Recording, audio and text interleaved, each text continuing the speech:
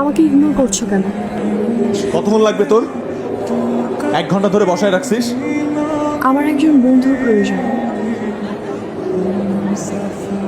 এই ক্যাম্পাসে 3000 স্টুডেন্টস আছে, খুঁজে নাও। আমার সেই বন্ধুকে প্রয়োজন যে আমাকে বুঝে।